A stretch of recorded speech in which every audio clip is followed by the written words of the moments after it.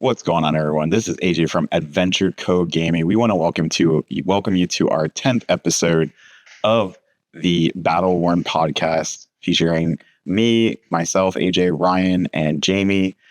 First things first, we do want to make a statement about the events that happened over the past weekend from the Tokyo Calling, where some things were said that made a few members of our community feel uncomfortable or unwelcome. And we just want to say that here at Adventure Code Gaming, everyone is welcome and everyone should feel comfortable. And we hope that if you see something in our community and you're someone who wasn't directly affected, I just want to say, like, you should, if you see something, say something to someone and, bring it up. And at the end of the day, we all just want to play a game and have fun. And we don't want anyone to feel ostracized or, uncomfortable. And we're going to continue on with this podcast, or we don't know all the facts, but we do just want to say from each one of us that we hope everyone feels comfortable in our community and keep that going forward as best we can. And with that, we'll start BattleWorn number 10. All right. So this is BattleWorn number 10. We're going to start with the Tokyo Calling and kind of what went down. We do know it was won by, and I'm sorry if I pronounced this wrong, but I believe it was OO. And they won on a Zen draft in top 8, or I'm sorry, in finals against Michael Fung in the finals, who drafted Enigma. I think he said he was on Enigma the entire event from day 1 to day 2, just because he felt the most comfortable on the hero. And I think that's pretty cool. I'm really excited to play this set in limited. I think the event was pretty cool. I mean, I saw some of like the learn to play setups. I think they did a really good job with all of that. And I wish I was there. I won a lot of the promos that came out of that event, but I wasn't able to get any of them. I thought I had a hookup, but it became that the cards were a little too out of my price range. And so, but overall, it looks like the event, if you are there, was quite the place to be. And I'm super jealous of everyone who got to go. But congratulations again to OO for winning that calling, the first champion over on Japanese soil.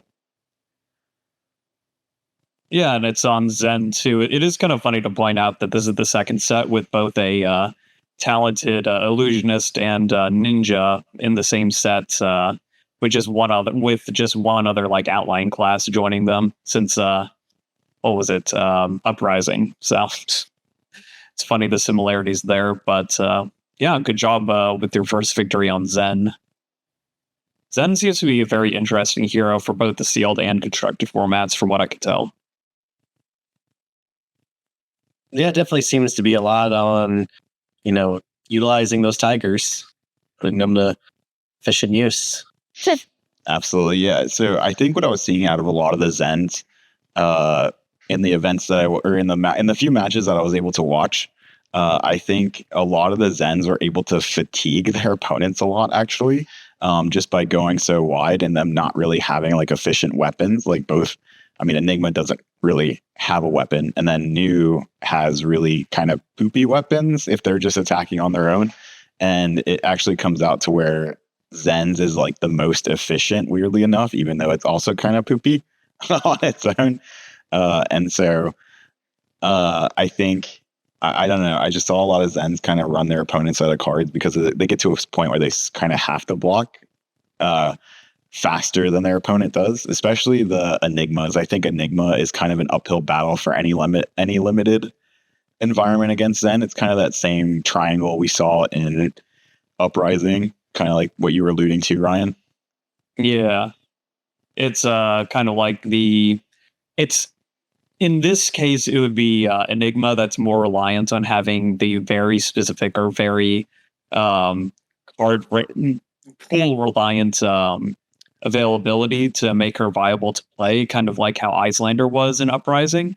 Like if you didn't have enough blues in Icelander during Uprising's sealed events, then it's like you're better off picking even like a nerfed version of Fi rather than playing Icelander. And I feel like it's going to be the same case with Enigma to an extent, because she's the only one who doesn't have like a full-on weapon that can attack, which is very important in sealed formats, especially the longer the games drag out. And then also, yeah, when it comes to how like her instance and warding work, she's going to need like a lot of blue support to make sure that all like flows together. It was cool to see though that the Enigmas weren't just getting rolled by all the ninjas instantly. No, not rolled. I mean, yeah. That last game with, the finals definitely, dragged it out to the very end there. Yeah, no. Oh, yeah, it definitely did. And then I think even, I'm trying to remember, but I want to say Michael actually, he made a bet that like, I can't remember exactly what it was, but it was like the turn before his final turn. And it was like, if he had another like 3 or 4, then basically he was like hoping that his opponent had a certain type of card, either like a 3 attack or a 4 attack, like under the threshold or not. And you could either take the hit or not and keep an extra card, or make a spectral shield or something along those lines. But he guessed wrong. I don't even know if it actually came up. And like, that's why he lost. But I think I kind of remember something like that happening. I wasn't like super glued to the whole event. But I want to say that's something along the lines of what happened. But overall, I want to applaud LSS and the Japanese tournament organizer. I think the event looked like it ran really well, actually, like at the event. I saw a lot of pictures from like Japanese Fab Twitter, kind of posted and just how excited they were, and how I saw like custom tokens and like all the crazy cards that were getting pulled and all like, one thing I think that they did that was kind of awesome was the little booklet that they got. So like, because this was being held in Japan, but because Flesh and Blood's also like a super global game, they had like this little booklet that had like every card in it in both English and Japanese in order, so that they could like easily like quickly go back and forth like translating the card. Oh wow, that's really interesting. Actually, that could be useful for like judges to have that on hand as more international events become available. Yeah, especially at big events like Worlds, right? They should probably have, at least for the draft portion. I mean, it's to one point though, you're kind of expecting Worlds competitors to know at that point. Yeah, yeah. For the most part. And you can always ask for true text, I guess we should call it, not Oracle texts. We don't play that other game. So yeah, no, especially with there being a mix of English and Japanese cards in that event, it definitely seemed like it was necessary just to have a decent pace of play on both sides, especially given that all these cards are new for everyone, really. I mean, I'm sure people were doing some last minute grinding beforehand, but yeah, they're all fresh. Yes, I think this one was, especially because it was a world premiere, right? These were, in a way, kind of a lot of people's first time interacting with the cards. And yeah, I already know like a lot of them, but there's probably a handful of the, like, especially, it's funny, I'm actually an illusionist me, sort of. And Enigma's cards are the ones I think I struggle the most with in terms of like remembering all the names to, just because I haven't played it as much. And I don't know, Spooky Ghost Dog isn't the name of a card. So yeah, it's just interesting that it would be good for me to have that too. Yeah, it's kind of the thing when sealed events first start off, especially even during the pre-release time. It's like, even though people get hyped up for the set and look at the spoilers or look at the cards that they are excited for, it's like there's always going to be those less fantastic cards that fall to the wayside that you need to remind yourself of when the actual pre-releases or sealed events are happening. So, what were you gonna say, Jamie? No, I was just gonna say, just looked like a great event. Definitely looked like something to be at. I wish I was definitely missed it. There's huge FOMO about it the whole time. I'm very sad even there. I'm sad I couldn't be there for all the merch that was available just for Japan only, or at least from what I've seen. I've never seen anything like it in any of our US events. So Yeah, I just want to go to Japan. hopefully that changes soon. Like, I just want to go to Japan, and the fact that I could have played Flesh and Blood in Japan at a world premiere, that sounds like a dream. And I just Well, get to go. They'll have future events now that you can look forward to traveling to. So I hope that Flesh and Blood does really well in Japan overall. I think they did it as best they could in terms of like hitting the ground running, having Japanese product. Again, I follow a lot of Japanese Flesh and Blood players on Twitter, and they are ravenous for cards. Honestly, they scoop them up a lot. I've noticed that card prices can actually be kind of wild over in Japan because I think just acquisition was difficult. But I think a lot of that was because they didn't have access to the cards, right? So now hopefully they do. Hopefully they get some Japanese language cards, and hopefully we get some Japanese language cards. I want some of those too. So, but I hope that they're able to grow their communities as much as possible, because I think it's really cool that, like, you know, the kind of the second ethos, the first one being like playing games in the Flesh and Blood, great game, the common language of great games, right? I think the other one that they've been touting a lot is play the game, see the world. And we're seeing that become more and more true.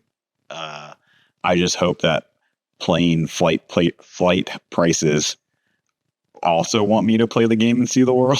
I was about to say, I would very much like to see the world and play games around the world, but unfortunately, traveling that often in a single year, especially to certain places, is a little hard.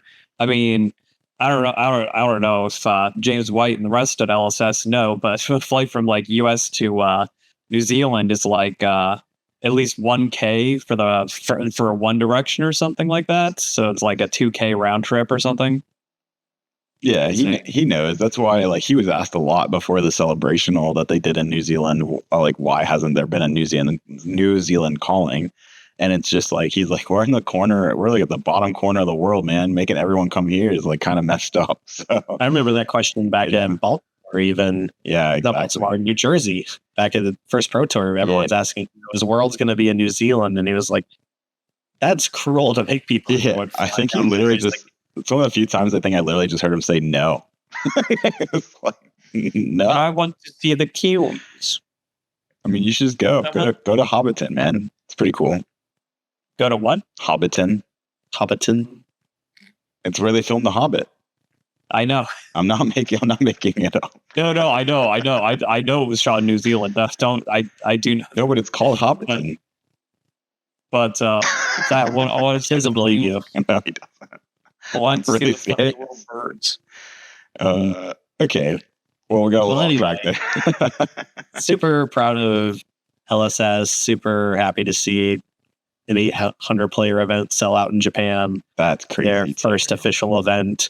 And it real top name, Magic players showing up as well to just jump in. So it's great to see. And it really did look like everyone who went had a great time, and that's all we can ask for, right? So, again, kudos to LSS, kudos to everyone who went, and I hope to see the game flourish, both here and abroad. So, with that, we're going to move on to a little bit of since we're talking about Part the Mist Veil, kind of like what we've been testing a little bit. I have been playing a boatload of Zen games with a little sprinkle of Enigma games.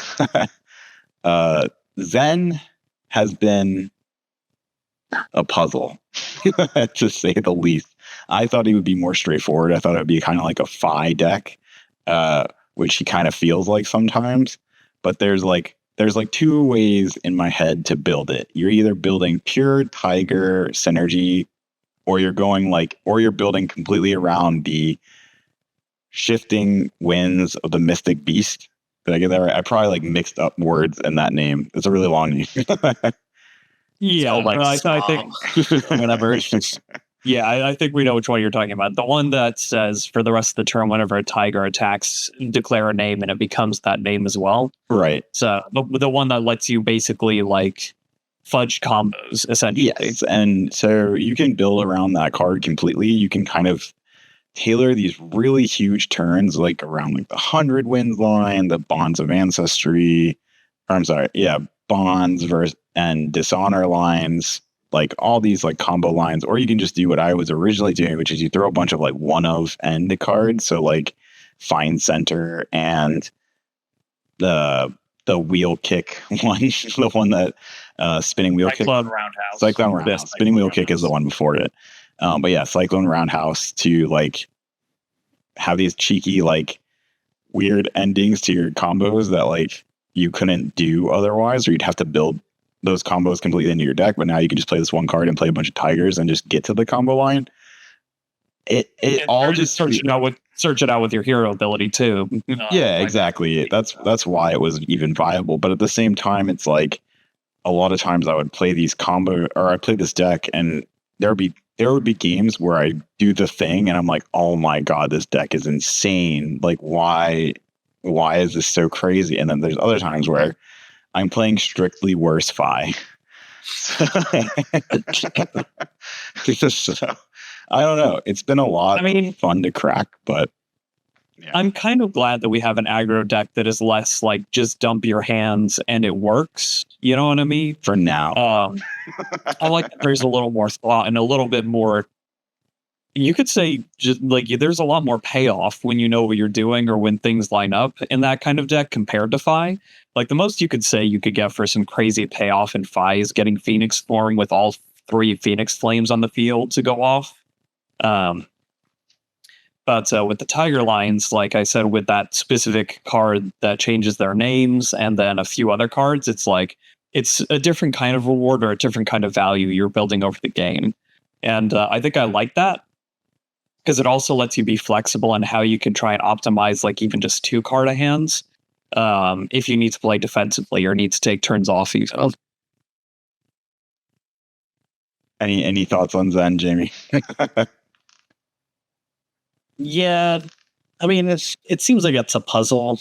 I mean, outside of just doing like Art of War, Roar of the Tiger, Pop Off. The way you said Art of War made me think of Lightning Bolt. It's very similar to that, honestly. Yeah, you're just throwing tigers. I like to think that like Crouching Tiger isn't like an actual like combo move. It's just you literally pick up a tiger and throw it at your opponent. That would be hilarious to imagine. And somehow, in fact, I almost wish that's what it was. In fact, I almost wish that's what was painted on the Crouching Tiger card. I mean, you're literally pulling an ephemeral tiger out of a shrub and throwing it to your opponent, chucking it at your opponent. They're like, "Where'd you get this tiger? It's ephemeral. Don't worry about it." And so, it ceased to exist. Don't worry. You've been kind of on a different part the Mistveil training arc. From what I remember, you've been playing a little bit of Prism and a little bit of Victor with his new visit the cast homes. Yeah, cast home. People call it. How's that been going? Main estate. I mean, pretty much as I expected. Card feels strong, but I personally haven't got it to do like a 23 damage turn like other people are saying, like a 23 damage spinal. I'm like, well, good for you. Where did this 15 gold come from, or 14 gold come from? Sure, maybe multiple cast tomes in the same turn. Oh, maybe, yeah. But even then, I don't know. Yeah, so I mean, I haven't done that, but then my testing into Enigma pretty much went as terribly as I expected, where it's just the illusionist problem for Guardian again. Yeah, I get more flashbacks of Monarch Prism post Everfest. It reminds me of when we were playing at an armory, and I was playing New Prism, and I had a Spectral Shield at some point. I think my gloves popped or something, and I just joked around. I said, swing for 1. And you're like, you can't do that to me, man. You can't bring back the memory. Not again. I will say I've seen some Victor gameplay against Enigma while I've been looking at testing online from other people's perspective. Macho Grande is probably your best friend to side in against them to try and take care of all their ward stacking. But I don't understand how that works, because you're just throwing auras on the field to block. It's you still are basically blocking with multiple cards at the same time anyway. Yeah, like the Yeah, but remember, if you remove their wards, then they have nothing to attack you with for the most part. no. So if Well, I you have think to I think what reset he's saying is that the dominate doesn't really. The dominate doesn't really add much more to the scenario. You're better off just They just flash in. Zealous Speltings. Because No, going wide is definitely part of it as well. But I'm saying if they're trying to protect a specific ward and they don't have enough, without blocking from hand to protect all of it, then dominate helps. I guess It's definitely something I tried, but then I remember you had a Miragai out. And I tried to tear asunder, and that did not go well for me. no. I will say that I saw some gameplay online of someone going up against Bravo in turn 2, getting the Sacred Art ultimates out on with Miragai out as well. So they had 2 Miragais with extra counters on them. The game ended 40-0. So, I understand where you're coming from. I've seen some crazy stupid shit with the Miragai, I'll be honest. I've seen some I think the Miragai card is probably one of, if not the strongest card in Enigma's arsenal. Yeah, I think that's the reason you play Enigma right now. From what I've seen. I'm really glad Glisten is a light card. Oh my an illusionist card. Dude, could you imagine 4+1 counters on the red, right? So it's just holy shit. Yeah, but we do have the Ancestral Etchings, which is 3 counters at least in red, so... Doesn't it have more isn't there not a drawback, a conditional on that card or something? So it says it can only be played at instant speed if you have a Spectral Shield, which you should have pretty often. And it blocks for 3 otherwise, which Glisten doesn't. Okay. The difference is that Glisten can put its damage counters on can separate its damage counters on multiple weapons, whereas the Ancestral can only put it on one. So yeah, nutty.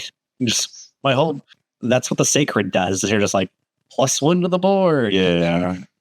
I noticed it's a lot harder to build a board in Enigma though, compared to Illusionists of the past. They just die. I think they did a good job balancing it out, honestly. Because I've done some testing on Enigma, done a few gameplay tests on Enigma as well, mostly against your Zen, so make of that what you will, but it definitely didn't feel like I was overpowered or overvaluing with these blocks. It felt mostly fair. Yeah, the idea is that each card you get double value out of in a way, right? You get so if it's a ward 3, you got to swing for 3 and you blocked 3, so... is the general idea of it. The one thing I saw on a Pheno Black video recently where he goes over his first impressions of the deck is that and he makes a really good point. He's the illusionists of the past, from New Prism, Dromai, and Old Prism have all made you answer a question, right? It's always presented you with a not clear board state and said, you need to figure it out, right? I'm going to present to you a bunch of questions and you need to, choose your targets properly. Where overall, Enigma does not really do that. It's you just hit it. You still just target Enigma most of the time and you just have to break through the wall. Whereas like I said, even now, Prism plays a lot of the yellow auras that have Spectra, right? And so while she does play a handful of Spectra cards, maybe some shimmers and even then I'm seeing the haze bendings start to dwindle down and the shimmers kind of go from 3 to 2. And a lot of that's because a lot of the cards want to be the last thing on the field, or you control no other auras, and having those Spectra auras just shuts all of that down. So you lose some value out of your cards. And I think that's actually a really elegant way that LSS has tried to push us away from Spectra without just flat out banning them. Yeah. And to be fair, it's not like you completely lose them being strong too. You could still work with shimmers and it definitely works to your advantage, giving your attacks go again. I will say that because of how those 2 haze bending and shimmers work, I have waned away from the ones that have, if it's the last aura on the field, effects. But I do see the value in cutting them if you want to go for more of a value strategy with the other auras that do want an empty field when they die. So I agree. It's a nice way of trying to wane us away from Spectra without flat out just banning the cards if you still want to use them. And I think it's fair that they stay in the game for now, since when it comes to the Spectra cards, there's only, in terms of like regular illusionists, there's only those 4 blue ones. And I mean, if you need to ignore them because you want to go straight for Enigma's face, it's not that big of a deal most of the time to leave them out, at least a couple of them out. And if you want to take a turn to destroy them, then at least the go again classes or like the go wide classes can do that pretty easily. So I know Jamie probably feels different, and trust me, I have about Spectra in the past as well. But listen, I'm embracing my villain arc. I'm currently playing Spectra. I'm leaning into Prism. I think Prism is going to be in a good spot in this meta. If New is as meta dominant as she seems like she's going to be, New seems like the hero that's going to be the strongest coming out the gate. Yeah, for Miss Female. Totally agree. So playing the illusionist that doesn't really play blues seems to be where I want to be.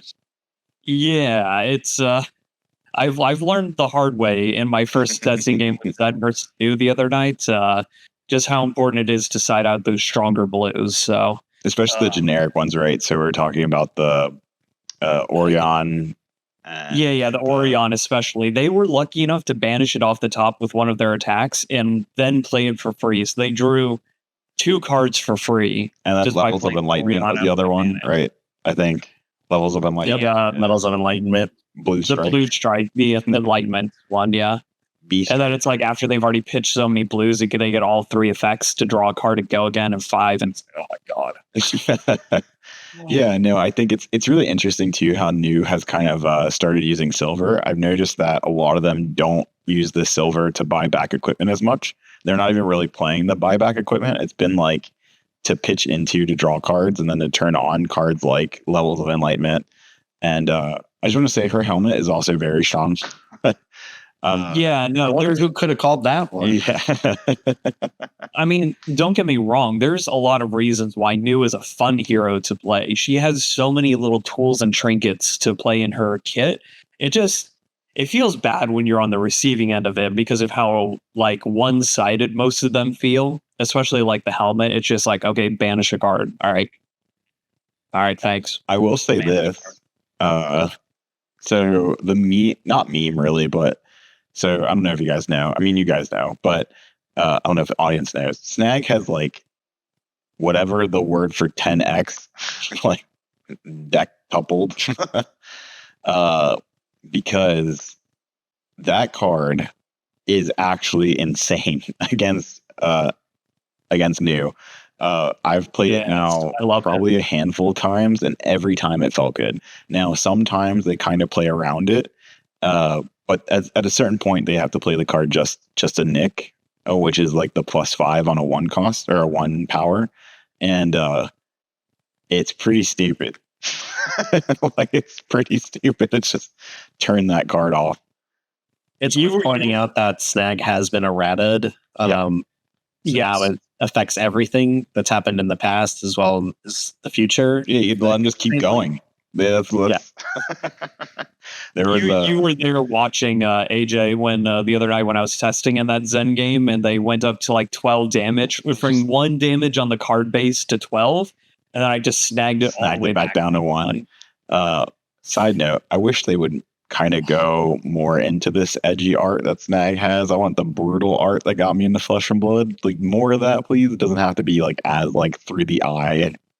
Gross, I agree. I do enjoy some of our more intense horror or kind of flesh and blood art. But that's Bengal is a fan favorite. Yeah, but I will say it's like Snag. It's like it's a 0 block that somehow has a block value of up to like 11 in that case that I was describing. Like, holy crap, dude! That feels so. What Jamie said is super important. Is that because the art or the card got not really errated, but like the ruling got updated, right? It's like proper. It's like intentional text was read. And the fact that like before what he was saying is like you had to like you could like really only snag 1 reaction, right? Because you would have to do it like before the reaction resolved and then blah blah blah. Now it's like basically they lose any gained power and can't gain power after that. And so, yeah, and only from reactions and their own effects. But if you look at News Kit, if you look at News Kit, it's all from their own effects or reactions. She doesn't play the front buffs like an Azalea does, who plays all the laces or something. Yeah, exactly. And it also accounts for the fact that when you do it in reaction steps, that's the only thing that could further pump something in a normal situation. Yeah. So once you remove that, it's like, well, this is the base damage. That's all it is. It's so funny. I love it. It's so good. All of my sideboards are going to have the 3 snag ready because like new feels like it doesn't have much counterplay or feels very oppressive otherwise. But like when you throw the snag in, at least as an option, and you save it in your arsenal for when you can, I do feel bad for Rangers who can't save it in their arsenal. But like when you can save it in your arsenal, it feels so good to get off. When they burn like 4 reactions trying to get over the top or just trying to do as much damage as possible, and then you just snag it back down to 1, you're like, idiot. It feels so good, dude. It's so good. Yeah. But it kind of reminds me back in the day, and Jamie, I'm sure you know about this, back in Chain's glory days with Seeds of Agony. The only way to counter Chain was to have Snag to go against their Rift Bindings for the turn, which you could play a little more liberally, like waiting for them to use the non-attacks first, and then wait for them to attack with the crap. What was the card called again? The Rift Bind. Rift Bind. And then respond to the Rift Bind because they're not putting anything on top of it during the reaction step. It's all the non-attack bonus to its own attack. But I remember Snag was seen as that card that needed to be played against Chain or sided in against Chain for when you get to that late game inevitability, if you can't kill them sooner anyway. And it still didn't work. No. It didn't. It didn't. Every now and again, you would snag it. The thing is, like, it still got all the seeds damage. So, like, you still got hit for, like, 4 or 5 arcane. Whatever, dude. Dumb card. So, But I do like how it has application. I like how certain generics just feel like they always have future application potential with just the right hero being in the meta. I like it. It's fun. It is fun to see, like, generic cards that, like, hadn't seen play, or just, like, these tech cards that have existed forever just suddenly start being good. It's like, it's almost like they knew what they were doing when they gave us these cards. I mean, we've seen it time and time again, even as recently as Ripple Away, where it comes out, people are like, oh, I don't know, you can stop like a KO token or something, and then, someone plays it one time against an Azalea with 4 laces, and they're like, oh wait, this card's insane. I don't get any of these, or against the Codex, and they don't get any tokens, right? So, even in this set, they printed hate for the set. They have the weakest link for like the bubble. Oh yeah, defense, and then there's Blanche. Blanche for the color denial. Yep. Yeah, which might be sort of hinting at our next set. I don't know. Maybe it's more gothic themed. Don't give me hope. I do like how Ripple Away, like, you could say Ripple Away is also a counter to new, because when they want to make Slither and Fang Strike tokens, like, those are tokens that they make even if they go to hand. And you can know if they are tokens. I think they're ephemeral. I think they're just called ephemeral. You have to look at them. Tokens. No, take a look. I don't think it does stop Fang Strike and Slither. Because it doesn't. Fang Strike, they're not tokens. Yeah, it doesn't stop Crouching Tigers either. Yeah, it's all good. No, it doesn't stop Crouching Tigers either. Those are cards, not tokens. Like, basically, you can think of a token as something that can be represented by anything. A Crouching Tiger, because it goes in your deck, has to be a Crouching Tiger, or it can end up in your deck. And same with true. Okay, so tokens also just say token. Yes, they do. So yeah, that makes it pretty clear. But yeah, you're right. If it can go in the deck, whether it's like put into it by like an E-Strike sinking it in because it was in your hand or something like that, then it's a card. So, or a Hope Merchant's Hood. That card that everyone plays. No, you didn't. You didn't even mention the best tech. It's when you use the tiger card that changes their names to make them all 100 wins, and then end with the wins of eternity and shuffle them all back. All back. And then suddenly have 5 extra tigers in your deck. Dumb. Oh yeah, I can't wait to draw. I'm gonna love to draw those later. Dude, I'm glad it's we're on the great same with- page, Jamie. I'm glad we're on the same page. It's great with Tooth and Fang. You'll have them in your hand Tooth already. and Claw. How can you mess up my favorite card from this set? Because I don't play Zen, okay? Yet. Once he realizes that he's the number 3 out of the 3 heroes in terms of viability, Yeah, he'll be like, I'm a Once he Zen. realizes he's combo Janklord, he will be all about it. It's actually really surprising. I'm surprised you didn't see the name a card and you were like, I'll just play Zen forever. I'll play like silly stuff like Life of the Party. It's the Toy Story meme, but with Mechanoid. Yeah. I don't want to play with you anymore. Dude, I want to just Life of the Party someone in UPS with like naming a tiger Crazy Brew. And then you break it. Yeah, it's so funny how the interaction works, dude. Anyway. But I do like it. I think it's such a fun card. I think being able to give us some more like fine center plays to make Zen state tokens. I think it's just kind of sad how underutilized Zen states were before. I mean, they still kind of are. But you don't make them Yeah, much, though. You make them one time off the chess piece, and maybe if you're playing the fine center cheeky play. Yeah. I feel like Zen might go off on a tangent here. I feel like Zen and maybe even Enigma and maybe even New, I don't want to say maybe all 3 kind of are still falling into this. And I could be eating my words in like 3 months when we have some like majors that use these heroes. But it feels like they're just like missing a thing. I can't tell you what that thing is, but it doesn't have that like oomph like moment. There's some crazy plays you can do with them. Don't get me wrong, but I don't have like that. Like they don't even have a specialization technically. They have like the sacred arts, but those aren't specializations. So I don't know.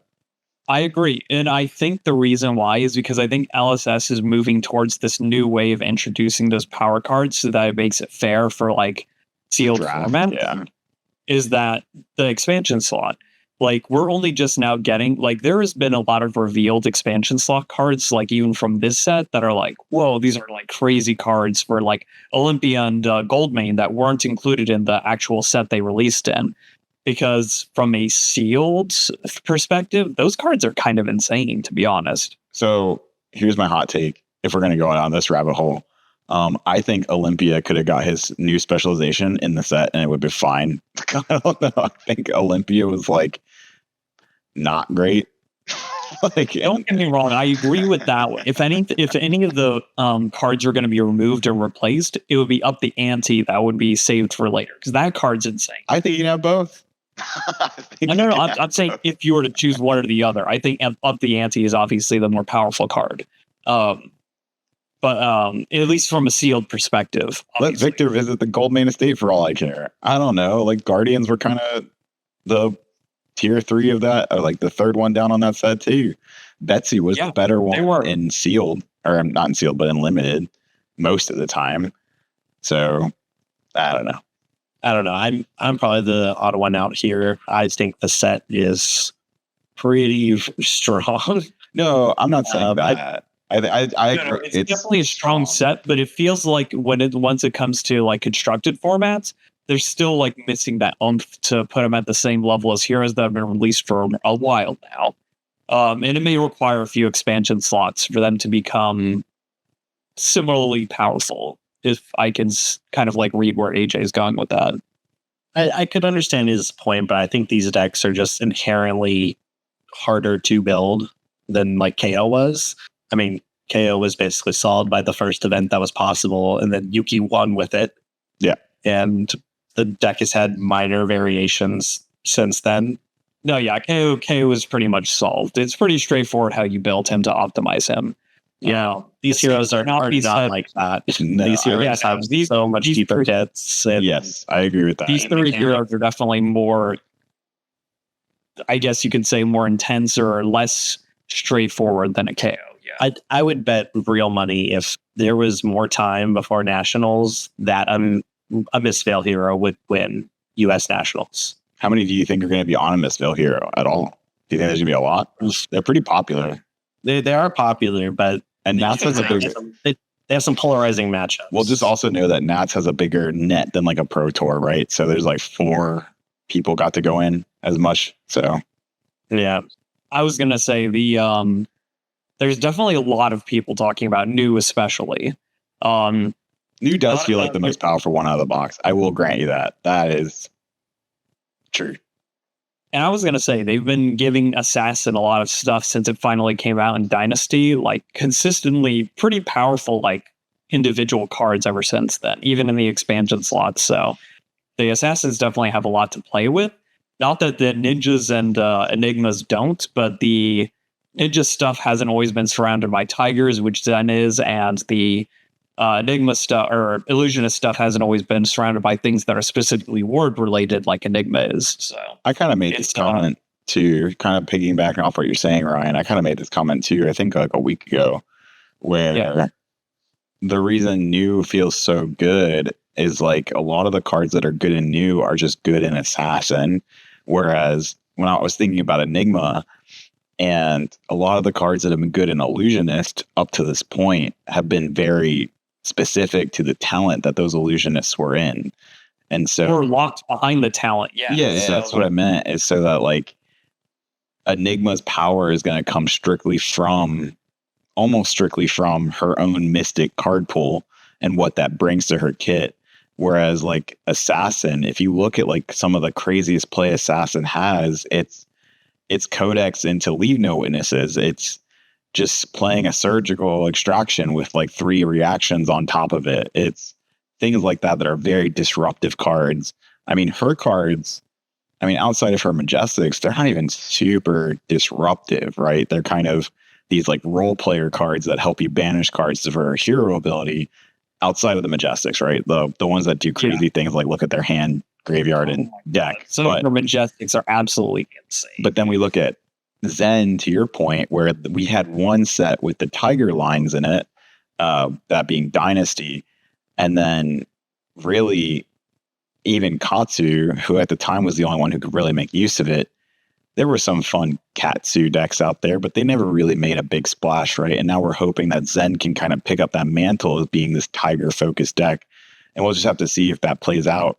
And to Jamie's point, a lot of this all centers around Chi and how good Chi is and how hard it is or how not hard it is to finally get some of that Chi, and like how these heroes react with Chi. And that's been a huge deck building question, especially for me. And I'm sure Jamie and even you, Ryan, have had to like kind of figure out what's the right number and how do we get it online as fast as possible. Exactly. Yeah. I will say that to continue your point for just a minute, the Dynasty set, like Tiger cards that you mentioned, like most of those don't even feel like they synergize with the Tiger cards that are released in this set that work with the Mystic property, or the way they work in this set in general. Like they feel like the Tigers were even those 2 different Tiger, like they're all Tiger related, but they feel like 2 different types of Tiger related cards. It's almost weird how they don't synergize. So, yeah, I agree. The Assassins definitely have most of their stuff going for them that still synergizes with the Assassin strategy overall, whether or not it's coming from the Mystic or just a neutral perspective. Yeah, and maybe I could be wrong because Enigma is not necessarily asking the harder questions like Prism and Dromai were, but I don't know. Maybe it's just from my previous loss after loss after loss to old Prism. But I just kind of have a feeling that Enigma is going to be a real threat once people have time to refine their deck lists. And frankly, people just get better at playing the hero.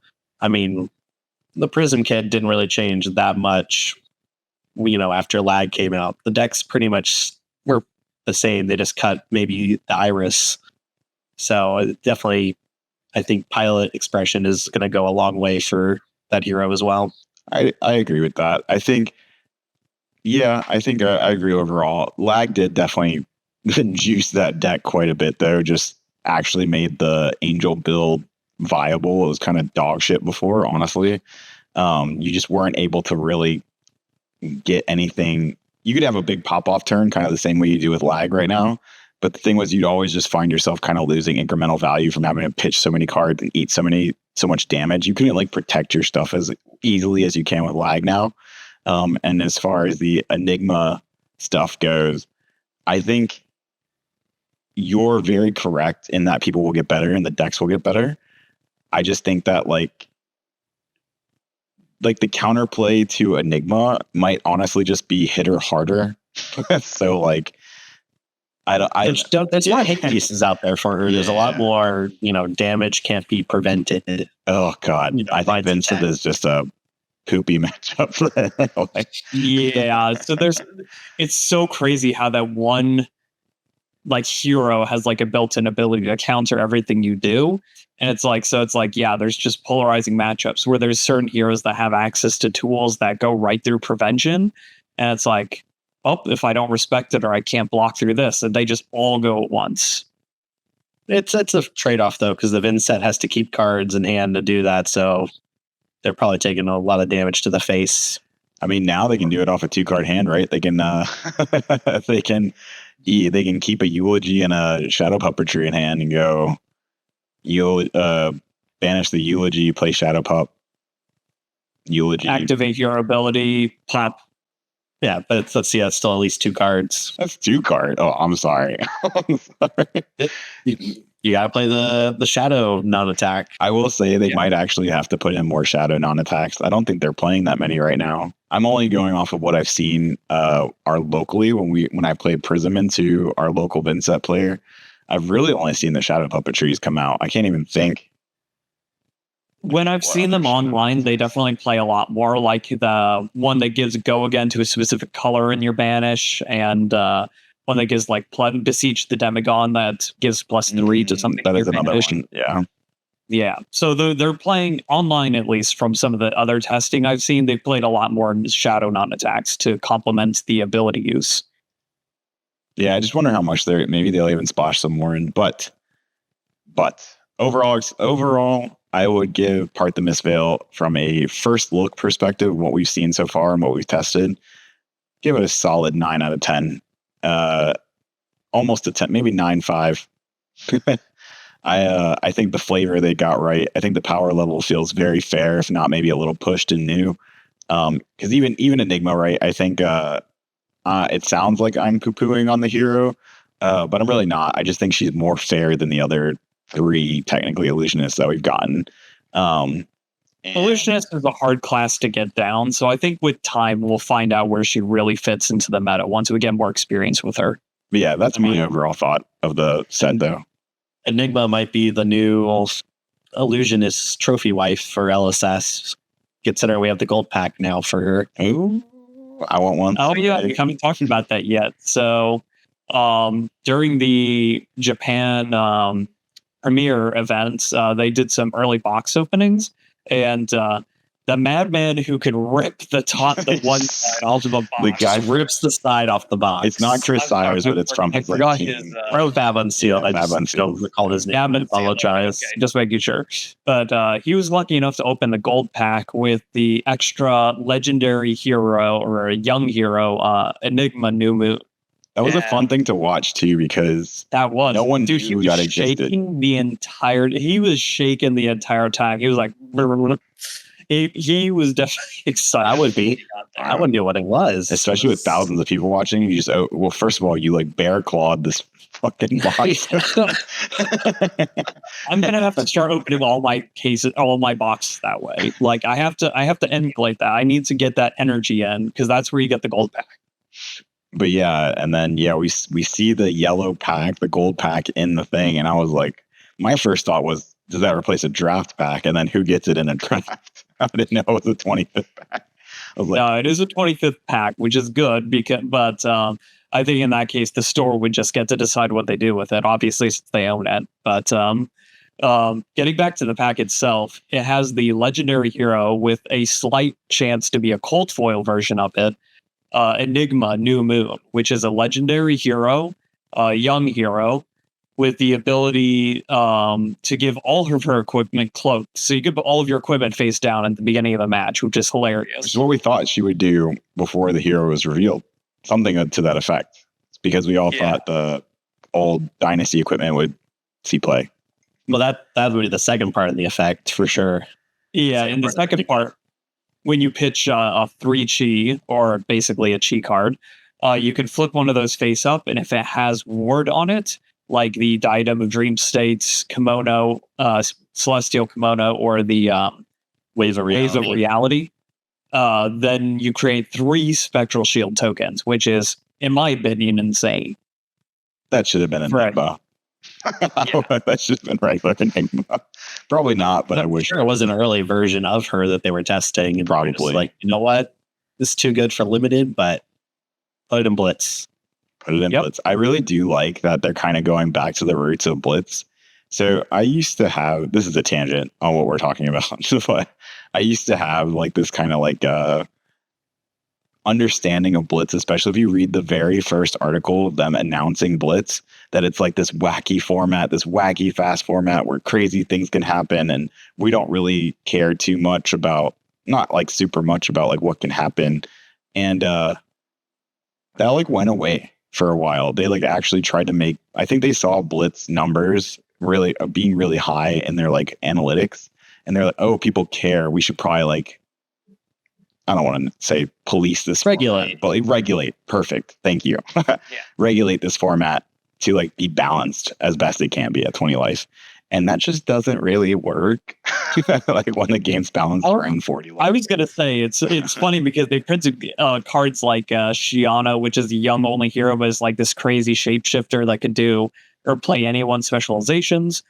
You've got the original KO, the Berserker Runt that could be like, oh, I rolled a 5 or a 6 on this attack, so suddenly Command and Conquer's coming in for 12 with no extra buffs needed. You have the Royal Emperor Warrior Wizard. Yeah, the Blitz used to be a whole nother frontier back in the day when they were using it as just when they were just starting with it. But it seems like they definitely want to give a little more balance to it, but still kind of have those crazy heroes that don't make for constructed format. This is going to be a really out there analogy that probably like 7 people in the world would get who played both of these games. But like, I really think like Classic Constructed should be like League of Legends, and then Blitz should be like Heroes of the Storm, where like I get the reference and I kind of agree. Or it's like League of Legends is like, I don't want to say super serious, but like hardcore, you can get really good at it. It's super competitive. And then Here's the Storm is like wacky. There's like a hero that 2 people control at once, like in Cho'Gall. And so things like that, where it's just like random shit can happen. I like that. I think that will very much cater to the casual audience that Flesh and Blood is missing if they keep doing stuff like this and they foster it in that direction. Yeah, no, I agree. I think Blitz should be the reserve space for kind of like, you know what? Ultimate Pit Fight is more for the wacky stuff now. I think they're trying to switch UPF to being the wacky format where you can still play like the judge heroes and everything. And then Blitz can still play some of those wacky heroes, but is a little more controlled than UPF is, at least. Well, I mean, I think it's worth noting that the new hero, Blaze, which we had scheduled to talk about last, but I think it's relevant to what we're kind of talking about now, is that Blaze is a convention exclusive hero, at least until Skirmish, is when they said the next time we'll see Blaze, at least guaranteed, in some form or fashion. But Blaze is, for at least a moment, going to be a convention exclusive hero that's legal in Blitz. And that's the first time we've ever seen anything like that in that way, where it's legal before a set release. It's not in a set, at least that we know of, but it's going to come from. And so that's where I'm kind of leaning towards, like, they just want to like do whatever with Blitz. Like, it's over. The gate's open. Just do something stupid and fun. I'm all for it. I'm all for it too. I love playing Shiana with all these crazy specializations, but yeah, Blaze is definitely a new interesting take on a wizard. Before we jump to that, did you have anything to say on Blitz or UPF in general, Jamie? No, I was just going to say that, they're definitely just kind of throwing stuff at the wall and seeing what sticks. Even James White said, Blitz is probably not coming back to Worlds as a competitive format, so I don't think they're, to your point, as concerned about, the power level of it. Skirmish season is kind of on the back burner as a whole, it seems. I mean, we have one this year, but with the way that ProQuest season, Road to National season, the actual events have been going, there's been very little room for skirmish season to exist. So, I don't necessarily want to say that they're getting rid of it entirely, but they're definitely working out some of the kinks. And in the meantime, Blitz is kind of just wide open. There's no living legend points going around right now. Yeah, I know Briar is basically on the verge of falling out of that format, and she's just going to be around for a couple more months because of it. Which is crazy when you bring that up, because I was thinking the reason why I haven't been playing Blitz lately is because Briar's still in it. And after my last event where I did side events and had to play against Briar, I was like, oh yeah, I hate this hero. I hate playing against this hero. Yep, and she's still alive. I'm like, Blitz. I love Blitz, actually. I like it exactly like once or twice a month. I get my Blitz fill, but I do appreciate it, and I hope it doesn't ever actually go away. I don't hope it goes away. I hope Briar goes away. That's all. I mean, she will. Yeah. Given once skirmish season hits, she probably goes out the first week, because that also follows the same living legend rotation. Yep. But yeah, I do think it's cool that Blaze is like the new way of playing Wizard too. Is like they're finding out new ways or inventive ways to play into the Wizard's kind of like game plan, while giving them the ability to play things at instant speed without it being the same way that KO is. So I kind of have hopes for like future Wizards now to be a little more balanced than the way KO is, while still being able to pull off kind of like explosive combos, if you know what I mean. Yeah, and just in case anyone isn't aware, we haven't actually talked about Blitz yet, or Blaze yet. And so Blaze is a new hero, like we said, convention exclusive, and she does read Blaze. Her name is Blaze Firemine. She's a 4 intellect, 17 health hero. Oh my god. Yeah, 4 intellect, 17 health hero, which is a really weird number. But she says, whenever you put energy counters on Blaze equal to the number of cards looked at this way. And then once per turn instant, remove X energy counters from Blaze, banish a wizard non-attack action card from your hand with an effect that deals arcane damage equal to X. You may play it this turn as though it were an instant. So I think this is actually like the exact kind of design I want out of a wizard, because I'm so over Kano and his playstyle. And I think this is like still cheats out action points, but in a much more fair way. Something I kind of realized while you were reading it through the card as well, that this hero has a title, and we have never seen another version of Blaze. So I'm wondering, is this going to be a young only version of this hero? Yeah, to your point, they've only given titles to young heroes when they've only given titles to young heroes who have adult forms when they've already had a young hero that doesn't have a title, right? So like Prism had, just Prism, and then Prism Advent of Thrones. And then KO Armed and Dangerous, yeah. Versus KO Berserker Rent. You have Arachne and Arachne Solitary Confinement. Yep. And so, I don't know, maybe, who knows if we get a Blaze. I will say this ability feels very fair. You have to play dumb opt cards in your deck, which other than... Ripple away! Ripple away value! Get your full arts now! What? Ripple away. What does Ripple away do to this? It's the one where you put the aura down, and then at the start of your end phase, opts up to 3 if it's red or 1 if it's blue, and then draw a card. I think you have the wrong card. Yeah, you have the wrong card. I think you have the wrong Ripple away is the one that says Ripple away is the one that says if it's blue, opt. No, Ripple away is the card where you it's the attack where you discard it and you make 1 less token. What do you mean? Yeah, Ripple away is a much. Well, read the ripples. Oh my god. Yeah. What are you talking about? What? Yeah, I knew it had Ripple. We talked about Ripple away like 5 minutes ago. And you got that card wrong too. You thought it hit Fang Strike. That's funny. Talismanic Lens, though. Maybe these wizards will stop playing Ragamuffins hat. You bring back the Talismanic Lens classic. The old school Kano attack. Oh, yo, Eyes of Video will have super value in it. It's like pitch, get 2 energy counters. Dude, actually, how does the Alluvian Constellus read? Can it like hit Blaze? How does what read? Alluvian Constellus. It's the chess piece from forever ago that says like you can like remove an energy counter from a permanent they control, I think. I wonder. I think for on Blaze, they're called Blaze counters, honestly. No, I just read it. They're called 4 energy counters. Oh, okay. Then yeah, I don't know how that works. That's interesting. Yeah, hold on. Where is Alluvian Constellus? The first time Alluvian Constellus prevents arcane damage each turn, if it is less than 4 energy counters, you may put an energy counter on it.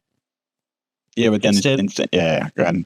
Yeah, remove 2 energy counters from Alluvian. The next staff ability you activate this turn costs 3 less. Oh, what am I thinking of? There's one that like rips an energy counter off. You're thinking about The Surge. Oh, yeah. Yeah, the one that was the Team Covenant promo with Surge. I forgot what it was called. It was like Sap. Sap. Yeah, okay. That's the card. I don't know why I thought the chess piece did it too, but yes. You may remove an energy counter from a permanent thing. Oh, the wizard fights. They can sap each other. Get your sap counters. Get your saps now, dudes. Sap stonks up. I just think this hero is really cool, and I think it's a good way to introduce a new mechanic in terms of like a new wizard, and you see how it plays. And I don't mind it being too much of a summer convention exclusive, just because it is Blitz only. I know people value Blitz higher in different parts of the country / world, but I don't. I think it's just a cool place to introduce like as many weird heroes as possible. And we also don't know how they're going to give it away at Skirmish. It could literally be the participation prize promo, and then it's super available to as many people as it may not be a full art rainbow foil version, because I'm sure I was going to say I can find exclusive participation promo. Participation promo is fine. I just want to play new heroes and try silly things. Yeah. So finally, the last thing I guess we should talk about is pre-release. Is this weekend. So pre-release. Oh yeah. Being this weekend, there's actually some cool stuff you should get. And if you are a new player to Flesh and Blood, or if you haven't played in a while, I always think pre-release events are like the best things to go to. They are very casual friendly. There's not a lot on the line, and it looks like this pre-release set, or you actually get quite a bit. So just a quick rundown. A pre-release is you're going to get 8 packs to play sealed with, which is 2 more than normal. The price, unfortunately, does typically reflect that, but you still get 2 more packs. And then on top of that, you get a promo kit, which is like a lot of stuff. You get 6 hero weapon token cards, which okay. They're like the same tokens you get in the set. It's fine. But then you also get 1 of 14 rainbow foil equipment, which is pretty cool. Pretty sure that's the only place you can get them in rainbow foil, which is the same as we kind of saw as buy box promos from heavy hitters. But you get 1 of 14 rainbow foil equipment. You get 1 of 3 cold foil chakras. And then you get 2 rainbow foil not tokens. They're not tokens. But you get a Fang Strike and a Slither rainbow foil extended art, which is really cool. Those are both the ones you need if you're going to play new. So I think it's quite a good value to go, especially you can usually even probably sell off the cold foil chakras for like $10. I'm just guessing, but somewhere in there. People, collectors might want them. They might want a full set. So they kind of offset your pre-release pricing there. And it's a fun time, super casual. And I'm excited to just, jam probably Enigma at my pre-release, if I have to be honest. just to see how they play. Yeah, it's good to figure out or kind of play the new stuff, see where you go, see how far you can take it. It'll be fun. That's the beautiful part of a new set. It's all new. It's all new. Get it? It's all gonna be new at pre-release, probably. Yeah. Prepare yourself. You're probably going to hear a lot of those jokes at your local game store. Lots of new jokes. Bring earplugs if necessary. Yeah, lots of puns. And should be a good time. I think enjoy so. yourself. Don't be afraid to ask for help. Talk to the people around you if you have questions. Don't be afraid to ask. Call for a judge if needed. And I could here to play a great game. Most people that I know of, or at least everyone in our community, is very, very forgiving and very, very, very open to playing more for fun or making sure the game is still fun for new players who are just getting used to it. So you can definitely expect to be welcome if you're coming out for a pre-release for the first time and learning the game for the first time. So random tangent from me, but I love our local player, Bill. He shows up like every pre-release event. He plays like at the most 2 to 3 rounds and then he leaves, but he seems like he has a great time every time. He shows up every set. One of my favorite people to see. So he's awesome. Hopefully see him this weekend. He is someone I hope to emulate as I go through my Flesh and Blood journey. There was a while where I was a bit of a tryhard and got super upset at losses, and now I think I have more of my enjoyment comes from just exploring sets like this and hanging out with friends and people in the community. So yeah, good call out there for sure. But yeah, I'm looking forward to it. I'm looking forward to the people who are ready to force the character they've been looking forward to trying and seeing how well that goes for them in a sealed format before it starts messing up some drafts. It's easy to force and sealed. Yeah, I can't wait to see how many people just mess up the cheat mechanic, just in general, or forget the please, cheat. I'm gonna say it before every round. I'm just gonna be like, make sure you DG or remove any ephemeral cards from your deck. Before I cut, did you DG? Oh yeah, especially at pre-release. We don't want any silly things to happen.